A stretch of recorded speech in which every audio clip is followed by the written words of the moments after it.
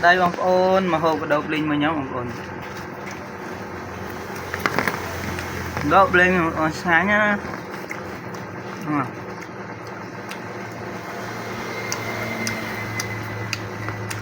mời thường chị hộp đậu linh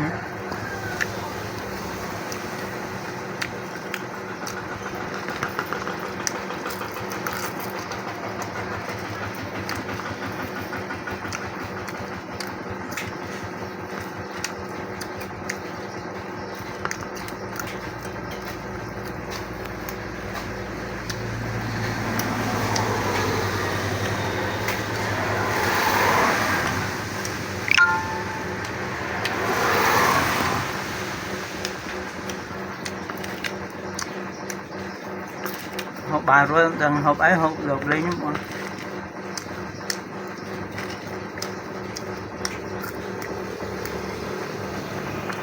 con